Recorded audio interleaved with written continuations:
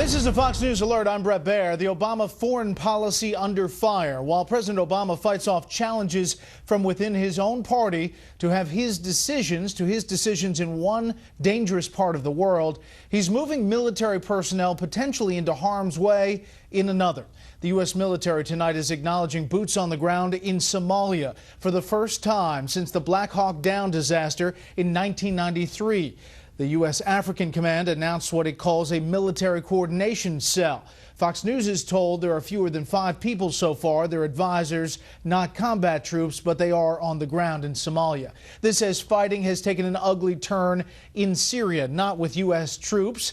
Gains made by U.S. forces, though, in Iraq are disappearing to al-Qaeda-linked fighters. The relationship with Afghanistan's shaky government is at a low point now, and the political version of a family feud is brewing between President Obama and some of his fellow Democrats over new sanctions on Iran. A majority of the Democratic-controlled Senate wants them. The president, who hopes to continue talking with Iran about its nuclear program, does not and has threatened a veto. Chief White House correspondent Ed Henry on the political battle about a real-life possible war. As Iran's supreme leader again described the United States as Satan, Democrats led by Senate Foreign Relations Chairman Bob Menendez are gaining new steam in their effort to pressure President Obama to accept tough new sanctions against Iran, which led a White House official to take the unusual step of going on the record in the Huffington Post to charge some fellow Democrats want war with Tehran. Can you say from the podium that Democrat Bob Menendez wants to go to war? Look, I think that Senator Menendez, Chairman Menendez, wants what we want, which is to prevent Iran from acquiring a nuclear weapon. He and many others in the Senate have been excellent partners. That's not what the White House said to Huffington Post, an official declaring, quote, if certain members of Congress want the United States to take military action, they should be upfront with the American public and say so. The administration is on defense because there are now 59 senators, including 16 Democrats, who have defied the president to support a bill to ready new sanctions if diplomatic talks fail. While the president believes the bill could blow up the talks, Menendez insisted again today he wants diplomacy to succeed, but the U.S. needs a plan B. Writing in the Washington Post, quote, the American public doesn't trust the Iranian regime, neither do I. Let us concentrate our efforts on achieving shared goals, a diplomatic resolution to Iran's pursuit of nuclear weapons, coupled with a diplomatic insurance policy should negotiations fail. The president may also need a plan B in Afghanistan. It's unlikely President Hamid Karzai will sign a long-term security agreement. And after it was revealed that former U.S. Defense Secretary Robert Gates' book claims Mr. Obama, quote, can't stand Karzai, the Afghan president has now authorized the release of 72 Taliban fighters from Bagram prison. We are in touch through our embassy in Kabul and others in Afghanistan on this matter. Republicans have hit the president for not having substantive talks with Karzai since last summer. I do think it's concerning that the president has not engaged personally more often on an issue of such magnitude. As for the last time the president spoke to General Joseph Dunford, the U.S. commander on the ground, I know we don't read out every conversation the president has with his military leaders. Ed, I think I've answered the question. Thank you. Now, pressure is building on the president because supporters of new sanctions against Iran are getting close to a veto-proof majority, in part because it's hard for the president to accuse lawmakers of wanting war when he himself is keeping the military option on the table. Brett? More on this with the panel. Ed Henry live on the North Lawn. Ed, thank you. Fierce clashes are being reported between Iraqi special forces and al-Qaeda-linked militants who have taken control of parts of Fallujah and Ramadi inside Iraq. It's the worst violence since U.S. troops left Iraq. Now congressional lawmakers are calling on President Obama to make a move. Here's Chief Intelligence Correspondent Catherine Herridge. Conditions on the ground in Anbar province are deteriorating, with al-Qaeda-affiliated forces consolidating gains in Fallujah and Ramadi, with a push east to Baghdad, where a suicide bomber attacked an army recruitment center Thursday, killing 23. A new analysis from the West Point Counterterrorism Center describes how the group's dramatic expansion into Syria under the banner of al-Qaeda in Iraq and the Levant has, quote, offered a tremendous platform to recruit, train and fundraise in ways that position the group to both stoke and exploit sectarian tensions in Iraq. Pressed on the chaos, the State Department defended its strategy. To argue that we are not actively engaged in diplomatic efforts around the world is completely inaccurate. Thursday, the Speaker of the House called out the president for failing to reach a status of forces agreement with the Iraqi government and his commander-in-chief handing off the work to others. The administration has chosen to spend much of its time and energy trying to explain why having terrorists holding key terrain in the Middle East is not the president's problem. Democrats don't dispute that hard-won American gains in the 2007 surge are being lost, but accuse Republicans of ignoring the facts. Blaming the administration for failures and decisions by the Iraqi government ignores not only history, it also leads to policy approaches that would not be in our interests or in the interests of the Iraqi people. The State Department also designated Ansar al-Sharia in Tunisia, blamed for this attack on the U.S. Embassy in 2012, and Ansar al-Sharia in Libya, blamed for the Benghazi assault 3 days earlier, as terrorist groups. The designation comes 15 months after Fox News first reported the al-Qaeda ties and the connection between both terrorist attacks. When questioned by a Fox producer about its own press release, the State Department spokeswoman tried to play down the designation's broader significance. You said that Ansar al-Sharia Tunisia has ideological ties to al-Qaeda and ties to its affiliates. Is that an admission by the administration and the State Department that terrorism is on the rise? I would refute that. And a short time ago, the UN Security Council condemned the violence in Iraq, as one analyst noted that an all-out offensive by the Iraqi government to retake Anbar could mean higher civilian casualties and further drive the moderates to side with al-Qaeda. The crisis is now testing the Obama administration's remaining leverage in the region. Brad. Catherine, thank you. Rebel-on-rebel fighting reportedly has left nearly 500 people dead in the past week in northern Syria. Activists say battles continue between al-Qaeda-linked militants and factions of moderate and ultra-conservative Islamists.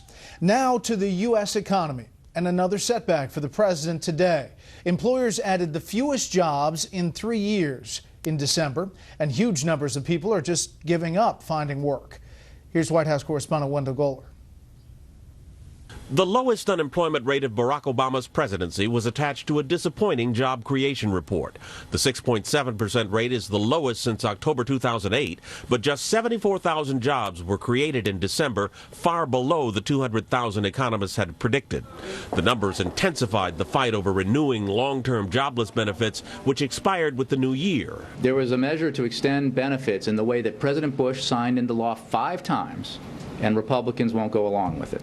On the Hill, House Speaker John Boehner said, quote, instead of making it easier to find a good-paying job, Washington has been more focused on making it less difficult to live without one. And Texas Republican Kevin Brady agrees. I just hope my colleagues on both sides of the aisle remember that the measure of Americans' compassion is not how long we provide unemployment benefits, but how soon we get people into good-paying jobs. Democrats and Republicans are divided over whether to extend the benefits and how to pay for them.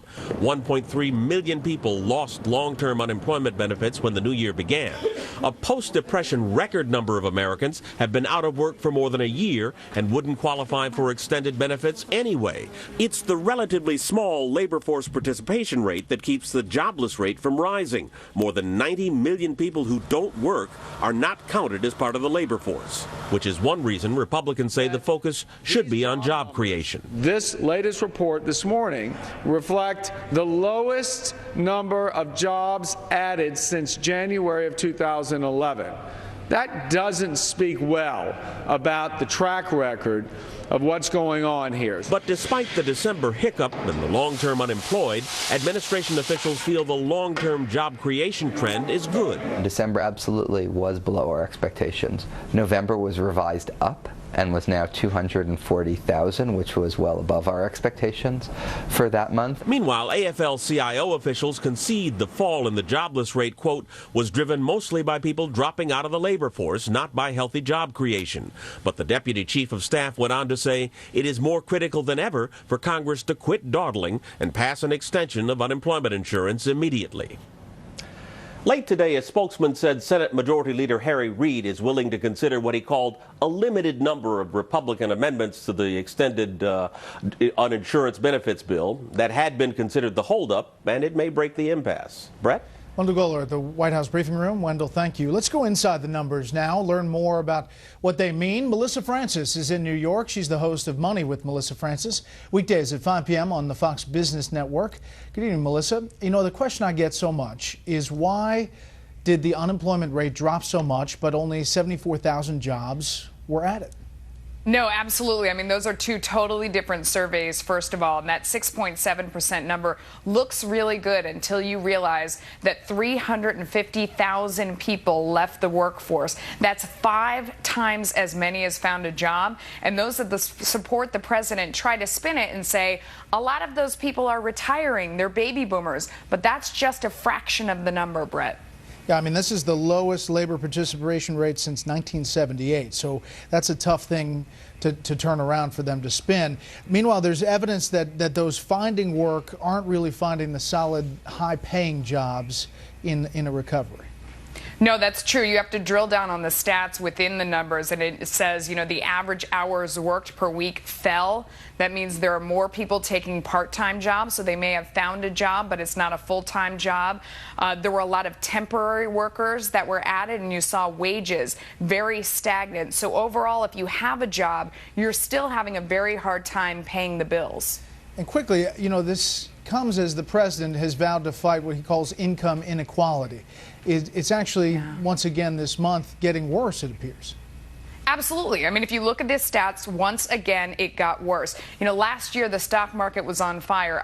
The Dow was up 26% for the year. Its best year in 18 years, ended at a record. That's great for wealthy people that are in the stock market. That was fueled by the Fed. At the same time, you are looking at working folks with stagnant wages, with part-time work, or with temporary work. They're standing still or falling behind while the wealthier are getting richer. It happened again this month that just went by. Okay, Melissa, as always, thank you.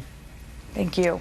Wall Street apparently not particularly bothered by the jobs numbers. The Dow was down 8, the S&P 500 gained 4, the Nasdaq was up 18 today. For the week, the Dow was down 0.2 of a percentage point, the S&P 500 was up 0.6, the Nasdaq gained 1. Up next, someone has finally been fired over the Obamacare website rollout. We'll tell you who. And it's some breaking news, but first, here's what some of our Fox affiliates across the country are covering tonight. Fox 7 in Austin, Texas, says retail giant Target now says personal information was stolen from as many as 70 million of its customers during the holiday shopping season. Target originally said the breach affected only about 40 million credit and debit card users. Fox 13 in Salt Lake City with reaction to Attorney General Eric Holder's decision to recognize more than 1,000 same-sex marriages performed in Utah before the Supreme Court put those unions on hold. And this is a live look at a dark and rainy Philadelphia from Fox 29. The big story there tonight is the search for a man who threw scalding hot coffee, take a look at this, on a worker at a donut shop Wednesday afternoon. The man tried to pay with an expired cell phone coupon, and then, settling up in cash, he went back and did this. That's tonight's live look outside the Beltway from Special Report. We'll be right back.